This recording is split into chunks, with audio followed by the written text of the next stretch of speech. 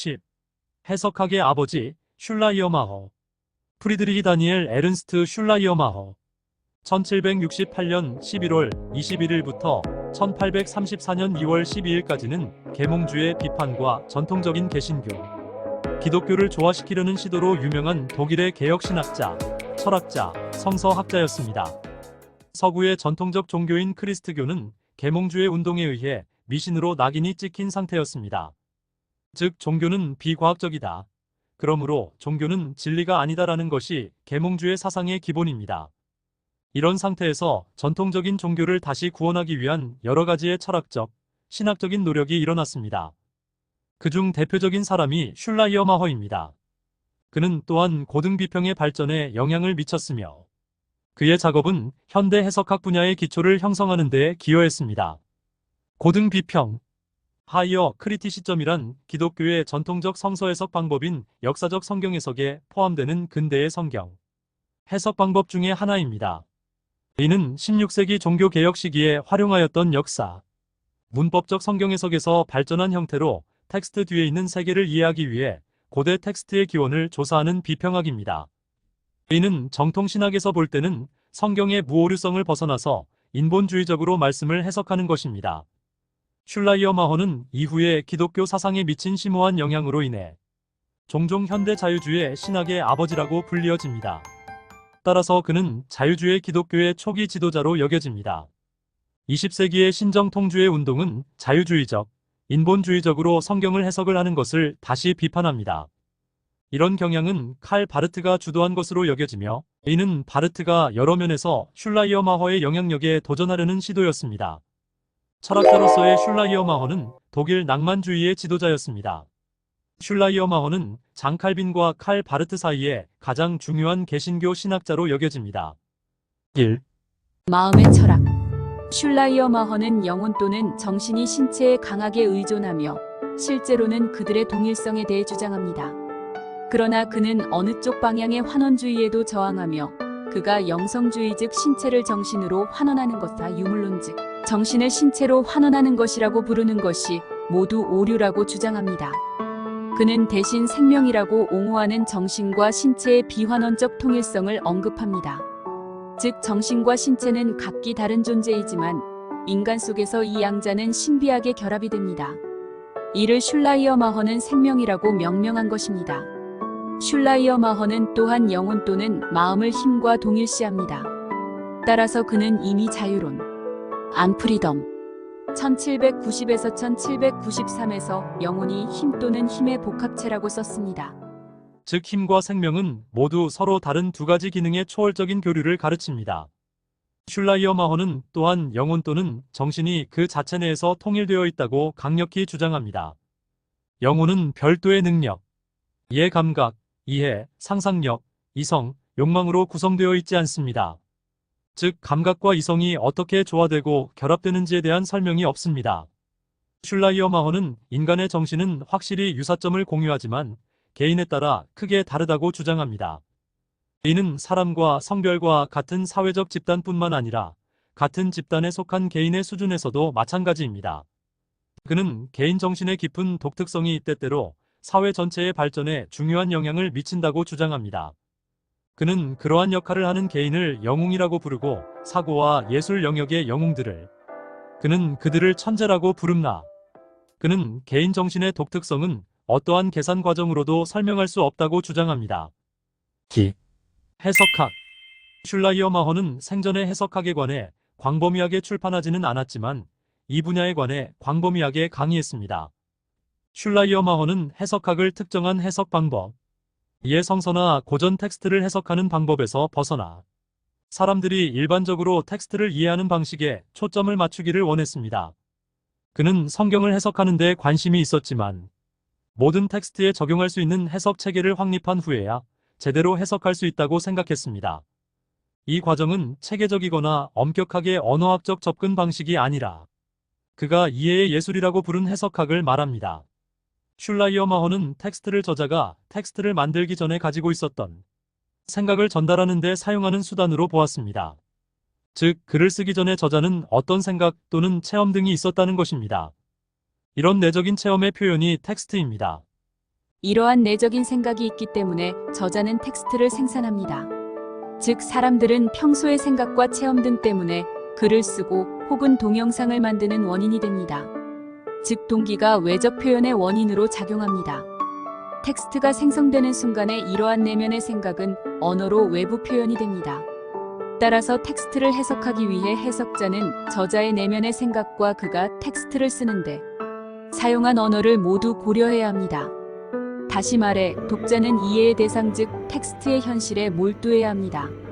꼭 글쓰기가 아니라 동영상 제작이나 유튜브 활동이 바로 그런 온갖 테크닉을 요구합니다. 그리고 그런 텍스트 혹은 작품을 보는 독자들은 나름대로의 기술이 필요합니다. 즉, 텍스트 해석이 문제가 됩니다. 물론 고전 국어 등을 읽기에는 엄청난 지식이 필요합니다. 텍스트 해석에 대한 이러한 접근 방식에는 문법적 해석과 심리적 또는 기술적 해석이 모두 포함됩니다. 전자는 텍스트의 언어를 다루고 후자는 저자의 생각, 감정, 의도 및 목표를 다룹니다. 저자가 사용하는 언어는 발화자와 청취자 사이를 감각적이고 외적으로 매개하는 것입니다. 슐라이어마허에게 해석학의 궁극적인 목표는 최고의 의미에서 이해하는 것입니다. 저자가 텍스트를 쓸 때 경험한 것과 동일한 생각을 경험하는 것입니다. 그는 이를 몰입이라고 했습니다. 혹은 텍스트의 바다에 잠긴다는 뜻으로 잠수라는 말을 씁니다. 슐라이어마허가 그렇게 중시하는 이해. VERSTEHEN 개념은 저자가 쓴 맥락과 텍스트의 원래, 독자가 언어를 어떻게 이해했는지에 대해 배우는 역사적 과정입니다. 이해는 또한 직관과 해석자와 저자 간의 연결에 기반한 심리적 과정입니다. 독자와 저자는 모두 인간입니다. 인간으로서 그들은 어느 정도 공유된 체험과 이해를 가지고 있습니다. 그 공유된 체험 덕분에 독자는 저자를 이해할 수 있습니다. 이해의 예술로서의 해석학은 당연히 오해를 피하려고 합니다. 슐라이어마허는 오해를 피하는 것이 해석학의 과제라고 생각했습니다. 이해의 과정에서 오해가 일어날 수 있습니다. 슐라이어마허는 두 가지 형태의 오해를 식별합니다. 즉, 질적 오해와 양적 오해입니다.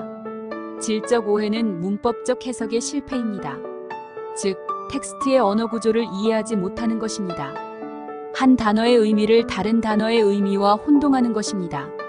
양적 오해는 기술적 심리적 해석의 실패입니다. 제대로 문해를 하지 못한 것입니다. 즉, 저자의 영역에서 뉘앙스를 오해하는 것입니다. 다시 말해 전자 즉 질적 오해는 말이나 글의 형식에 관한 오해로 그것이 함축하고 있는 본래적 의미와 다른 의미를 부여하는 것을 말합니다.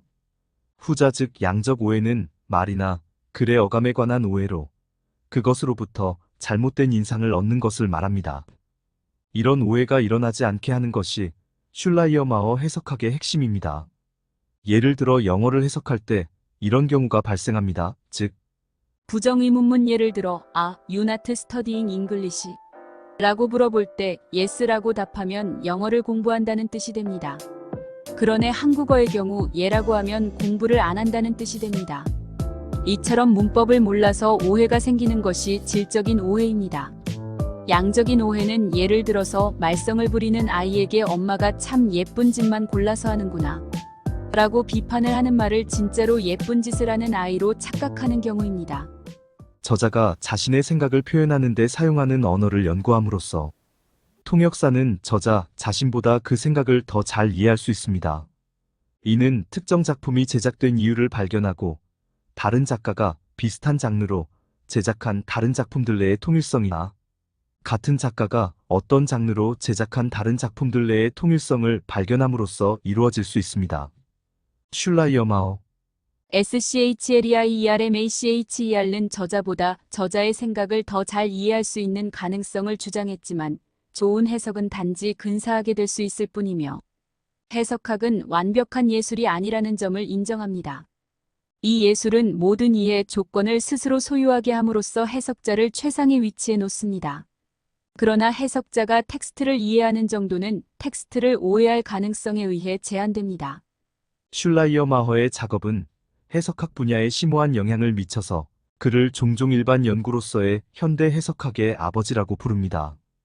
그의 작업은 특정 분야의 법이나 신학과 분리된 일반적인 연구 분야로서의 해석학의 시작을 알립니다. 20세기의 하이데거, 가다머, 리케르와 같은 철학자들은 텍스트 표현의 해석 이론에서 실제 경험의 해석 이론으로 해석학을 더욱 확장했습니다. 삼신학적 방법.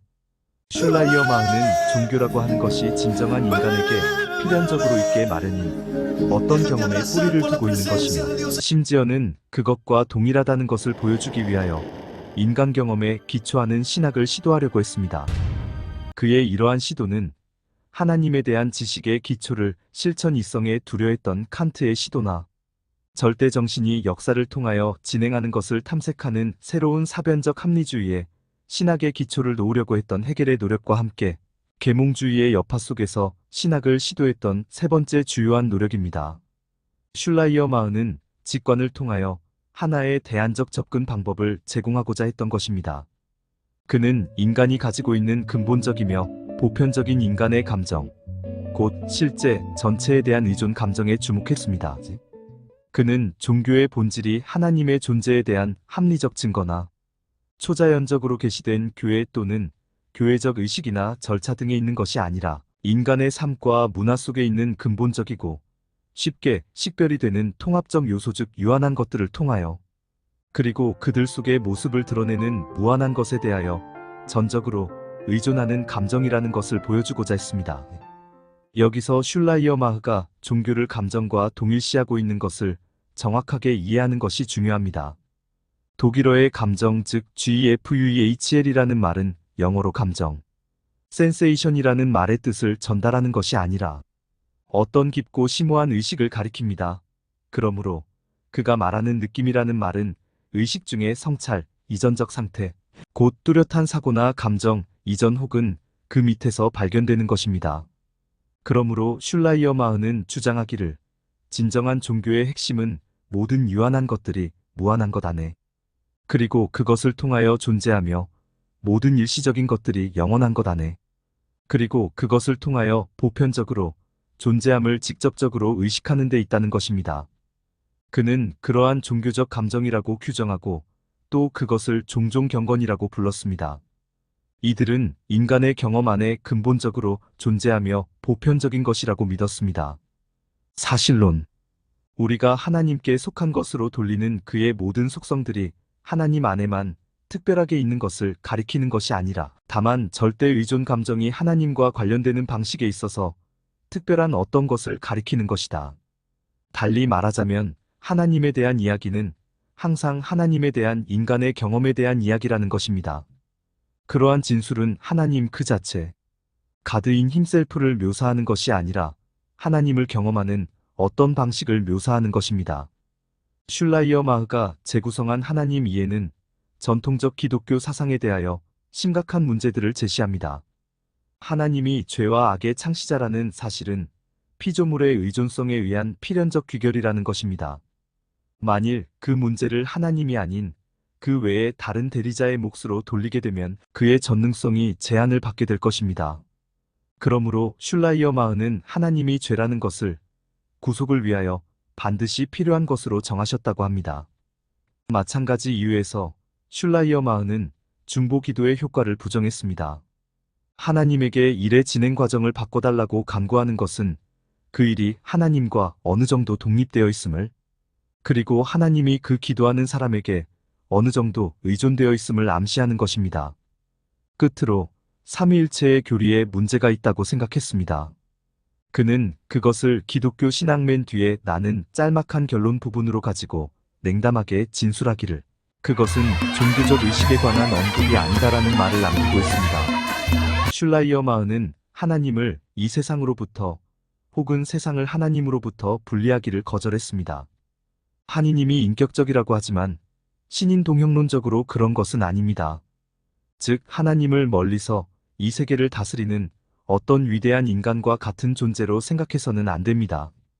슐라이어마흐에게 있어서 하나님은 절대적이며 모든 것을 결정하고 모든 것 안에 내재하는 초인격적인 능력인데 피조성이 그 존재에 부과하는 모든 차별성을 뛰어넘는다고 합니다. 오기독론. 슐라이어마흐는 전통적인 성육신 교리를 거부하고 그 대신 하나님 의식이라는 경험에 기초한 기독론으로 그것을 대치했습니다.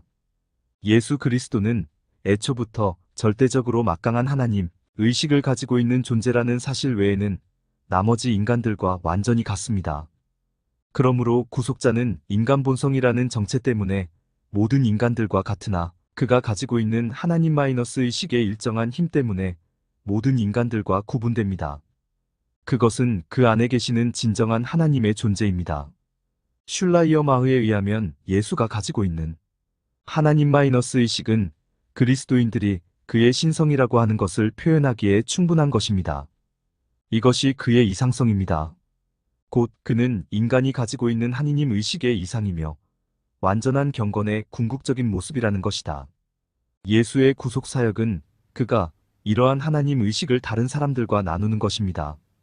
이것이 모범성 VORBILDLICHKEIT입니다. 출처 슐라이에르 마흐의 사상 작성자 중 슐라이어 마흐는 그의 삶의 여러 시기에 종교적 감정의 특성과 관계를 표현하기 위해 다른 용어를 사용했습니다. 초창기에는 그것을 우주에 대한 감정 또는 직관, 이성과 자연의 통일성에 대한 의식, 유한하고 시간적인 것 안에서 무한하고 영원한 것에 대한 의식이라고 불렀습니다.